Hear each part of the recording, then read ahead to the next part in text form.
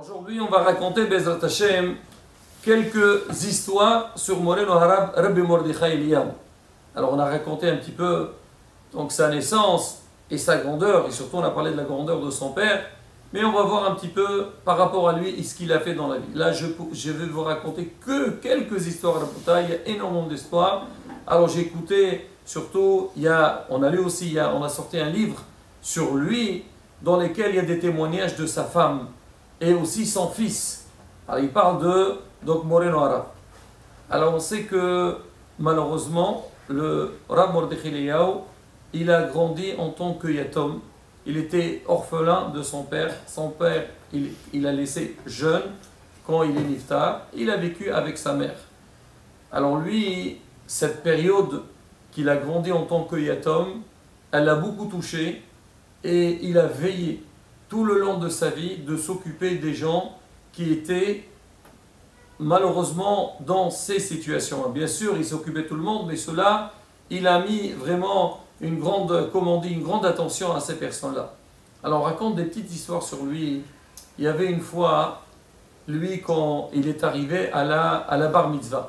On sait qu'aujourd'hui, quand un enfant il fait sa bar mitzvah, le jour de la bar mitzvah, on ne fait pas tahanoun. C'est vrai que c'est discuté dans la halakha, mais pratiquement la majeure partie des posrim, ils disent on ne fait pas tahanoun. Et surtout, si on célèbre la bar mitzvah, la tfila, le jour de sa naissance. Là, on appelle ça Yom Simchato. Et lui, le pauvre, il a grandi, un enfant yatom, orphelin. Le jour de sa bar mitzvah, il est venu à la synagogue avec des habits très simples et il n'a eu aucune considération quand il était venu à la synagogue. Malheureusement, l'endroit où il a prié, ils n'ont même pas tenu compte de lui. Et ils ont fait tahanoun. Il y a une discussion à la synagogue s'il fallait faire tahanoun ou pas. Ça l'a tellement touché, ça l'a tellement marqué. Il a dit, Be'ezrat Hashem, le jour que je serai quelqu'un imposé et je pourrai trancher dans la halakha, je ferai tout pour trancher que le jour de la bar mitzvah, il ne faut pas faire tahanoun. Effectivement, c'est ce qu'il a fait.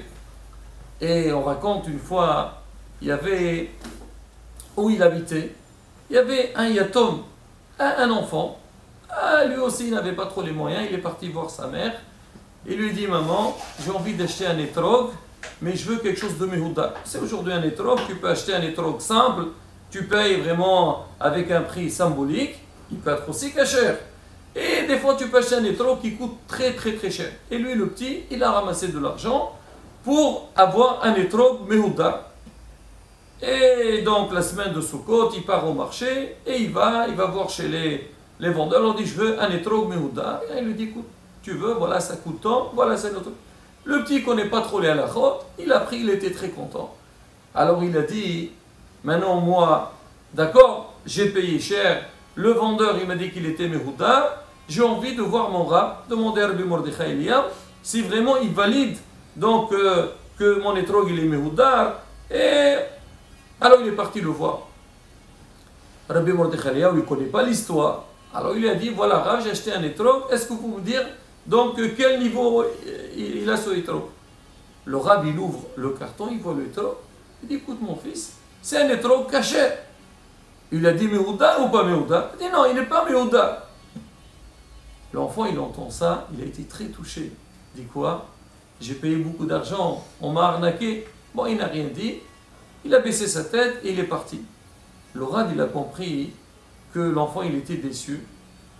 À peine l'enfant, il est sorti de la maison, le Rav, il sort et dit, viens mon fils, viens.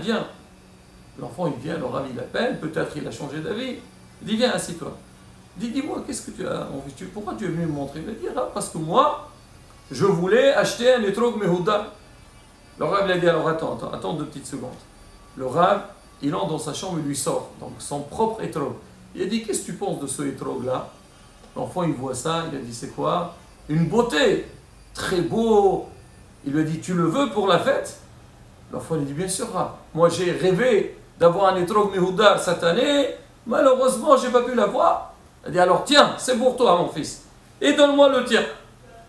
Le fils, il voit ça, et l'enfant, il était très content, il est parti de Simcha. Maintenant, Rabotai, l'histoire elle ne s'est pas arrêtée ici. Pendant la fête de Sukkot, son fils est témoigne, son fils était présent quand il a changé avec cet enfant le hétrog. Et on sait bien que le Rav, s'il voulait un autre, il aurait demandé, on lui amène des dizaines d'hétrogim mehudarim. Tout le long de la fête, il n'a prié qu'avec ce hétrog-là, l'hétrog de l'enfant. Pourquoi? Parce que le Rav, il savait que l'enfant, il va venir à la synagogue, il voir comment Rabbi Mordechai, avec quoi il priait Rabbi Mordechai pendant la fête de Sukkot. Il a dit, là, le Rav, il a gardé ce hétrog, et tout le long de la fête, il a prié avec ça. Pour dire, Rabotai, c'est quoi la force? C'est ça aujourd'hui qu'on dit, quelqu'un pensait à autrui, comment dire, arriver au niveau de l'autre. C'est ça, c'est que des fois, d'accord, j'ai fait un geste, ça suffit. Non, des fois, vraiment, comme on dit, il faut entrer au fin fond de la personne. Ça, c'est un petit peu pour parler de la grandeur, mais on va parler un petit peu des Nissim, des Niflaot qu'il a fait. Alors, parmi les Nissim qu'on raconte, il y avait il y avait une fille qui était tombée dans une piscine, et a priori, la piscine, elle était vide. Et quand elle est tombée, Hachim Mishmor, c'était une sakana totale. Quand les médecins l'ont vue, ils ont dit, Hachim Mishmor, cette fille, elle sera paralysée toute sa vie. Alors les parents, ils étaient très angoissés, ils ne savaient pas quoi faire, il fallait faire une opération, ils n'étaient pas sûrs qu'elle passait, mais en tous les cas, pour les médecins, c'était un cas désespéré. La famille, ils sont partis voir Rabbi Mordechai Eliyahu pour lui dire s'il peut faire une bracha, quelque chose pour la petite. Ils arrivent là-bas, et sa femme, elle raconte, elle dit que le Rav, il était déjà dans son shiur, il a fini, à peine il est sorti, elle est venue le voir, il a dit, écoute, je suis très fatigué, et surtout on sait que le pauvre, il avait beaucoup de problèmes de cœur et tout. Il lui a dit, écoutez Rav, c'est un cas d'urgence. Il a dit de quoi il s'agit, et elle lui a expliqué l'histoire. Il lui a dit, t'inquiète pas, Be'ezrat Hashem, elle sera saine et sauve, et elle marchera normalement sans aucun problème. La famille, ils entendent ça, ils disent, écoute, tu as encore l'huile de Hanouka, le reste de l'huile de Hanouka qu'on a utilisé cette année. Il dit, bien sûr, comme tous les ans, on le met de côté, il dit, amène-le-moi. Elle lui amène donc le reste de l'huile, il dit aux parents, écoutez, prenez cette huile-là, allez-y oindre votre fille avec cette huile, d'en haut jusqu'en bas, et vous verrez des Nissé Beniflazou. Be'ezrat Hashem, elle ne dépassera pas 24 heures pour qu'elle sera comme tout le monde. Et effectivement, on a oint la petite avec cette huile-là, et Baruch Hashem, 24 heures plus tard, la petite, elle s'est levée et elle a commencé à danser avec ses parents. Pour dire c'est quoi la force du Rav? Il y a le Rav Mugrabi, c'est un grand Rav, il est très connu, un très grand darshan, Talmid Hacham. Il raconte une histoire sur lui. Il a dit, lui, il avait un problème au niveau de la gorge. Et il y a eu beaucoup de verrues au niveau de sa gorge, et les médecins ils lui ont dit que c'est un cas très très délicat, il risque de perdre sa voix, et il devait lui faire une opération et tout. Ah, qu'est-ce qu'il peut faire? Les médecins, ils ont tranché, ils ont vu, comment on dit, le médecin il a décidé, il faut suivre les médecins. Mais il a dit, moi la vérité, avant de faire quoi que ce soit, j'ai envie de voir Rabbi Mordechai Eliyahu, je lui demande, s'il peut faire quelque chose, il me fait une bracha, il me donne un conseil. Il va voir le Rav il écoute, il lui dit, ne t'inquiète pas, Be'ezrat Hashem, tu n'auras pas besoin d'opération, tu n'auras besoin de rien du tout. Il dit, mais Rav, on a fait tous les analyses, tout ce qu'il faut, il dit, t'inquiète pas. Alors qu'est-ce que je fais? Il dit, écoutez, tiens, il a pris un sachet de thé, il a dit, tu vas faire un thé chez toi à la maison, tu bois le thé et tu verras. Il dit, mais Rav, on m'a interdit de boire le thé, il a des problèmes au niveau de la... Il dit, écoute, tu veux m'écouter, fais-le. Alors le Rav Morgravé, il a dit, moi je ne peux pas discuter avec Rabbi Mordechai Eliyahu. Il est rentré chez lui à la maison, et il a fait, mais non, il a dit, le schot moreno arabe Rabbi Mordechai Eliyahu, le schot sa sepkout, le schot sa grandeur, je fais ça et qu'Hachem me fera des nissim beniflaot. Alors il a bu le verre de thé, le lendemain il part voir le médecin. Le médecin il lui dit, écoute, avant de faire l'opération, on a besoin quand même de faire un contrôle pour voir un petit peu la situation. Le médecin il lui fait entrer donc les tuyaux, tout ce qu'il faut pour voir au niveau de sa gorge. Il dit, dis-moi, tu as déjà fait l'opération? Qu'est-ce que tu as fait? Il dit, j'ai rien fait là. Il dit, mais je vois plus rien. Tout a disparu. Il n'y a plus rien.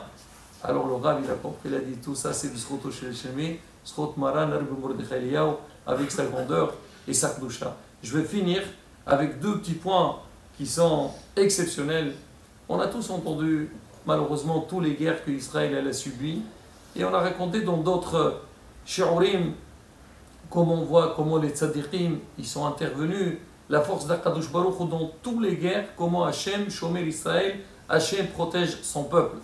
On connaît tous, malheureusement, il y a quelques années, la guerre qui s'est passée à Gaza, et elle était très très très délicate, malheureusement, c'est pas encore fini, ça ne finit pas, et bien Hachem, ça finira un jour, il y aura la Géoula Shlema. On dit comment Rav Mordechai Eliyahu, il était à l'hôpital, quand il est venu chez lui, sa femme tout de suite, elle lui dit, tu sais, que nos enfants, ils sont dans le champ de bataille, et ils sont en train de faire des guerres très très délicates, très très difficiles, fais quelque chose.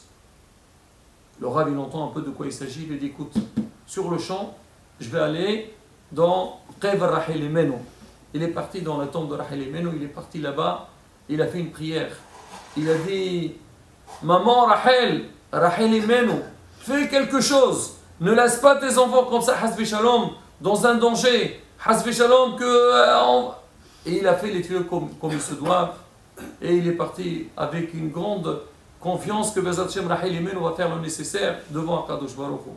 Et on a tous entendu l'histoire après, les soldats, après cette guerre-là, qui ont témoigné qu'à 3 reprises, ils devaient entrer dans des maisons qui étaient pleines d'explosifs. Il y avait une dame qui s'est présentée, elle leur a dit, n'entrez pas ici, je suis maman Rachel. Je suis maman Rachel. Et elle est venue et elle a fait le travail que notre maître Rabbi Mordechai Eliyahu, il lui avait recommandé. Donc la connexion directe avec Emoter ou Akdushot. Et pour finir, alors sa femme raconte, Moreno Arabe, la veille de son décès. Donc le lendemain matin, il devait faire un itour, il devait faire une opération grave sur son cœur. Le lendemain matin, la femme, elle vient voir son mari. Il lui dit, Bezat Hashem, tout ira bien, j'ai le sentiment que si Dieu veut, tu vas t'en sortir. Il lui a dit, tu sais, il lui a dit, moi aussi, j'ai cette impression-là. Il a dit, tu sais, hier soir, j'ai passé une nuit amère. Il dit, pourquoi? Il a dit, j'ai pleuré toute la nuit parce que j'avais peur sur toi. Il lui dit, moi aussi, j'ai passé une nuit difficile. Il dit, qu'est-ce que tu as fait? Tu n'as pas pu dormir? Il a dit, non. Il lui a dit, toute la nuit, j'ai vu qu'il y avait une grande guerre entre Midat Arahamim et Midat Adin. Midat Adin, la force de la rigueur, elle voulait donc intervenir. Et c'est quoi leur alén au Midat Adin? C'est que Hashim Shmor, il va avoir des choses graves. Et d'un autre côté, il y avait Midat Arahamim qu'elle voulait casser, qu'elle voulait étouffer. Midat Arahamim voulait étouffer Midat Adin. La miséricorde voulait étouffer Midat Adin. Et à un moment donné, on a dit à Rabbi Mordechai Eliyahu, sache-le, qu'il va avoir des grandes xérotes sur le peuple d'Israël. Il va avoir des décrets très très difficiles sur le peuple d'Israël. Alors Rabbi Mordechai Eliyahu, il a dit non, Hasbi Shalom, on ne touche pas le Ham Israël. Hasbi Shalom, il ne faut pas que le Ham Israël il soit touché. Alors, on lui a dit, est-ce qu'il y a une solution? Alors on lui a dit, il y a une solution, il faut que un Gdolador, quelqu'un de haut niveau, il puisse lui prendre ça en main. Alors Rabbi Mordechai Eliyahu leur a dit, alors si c'est comme ça, lui il est prêt à partir et que Hasbi Shalom, il n'y aura pas d'exode sur l'Am Israël.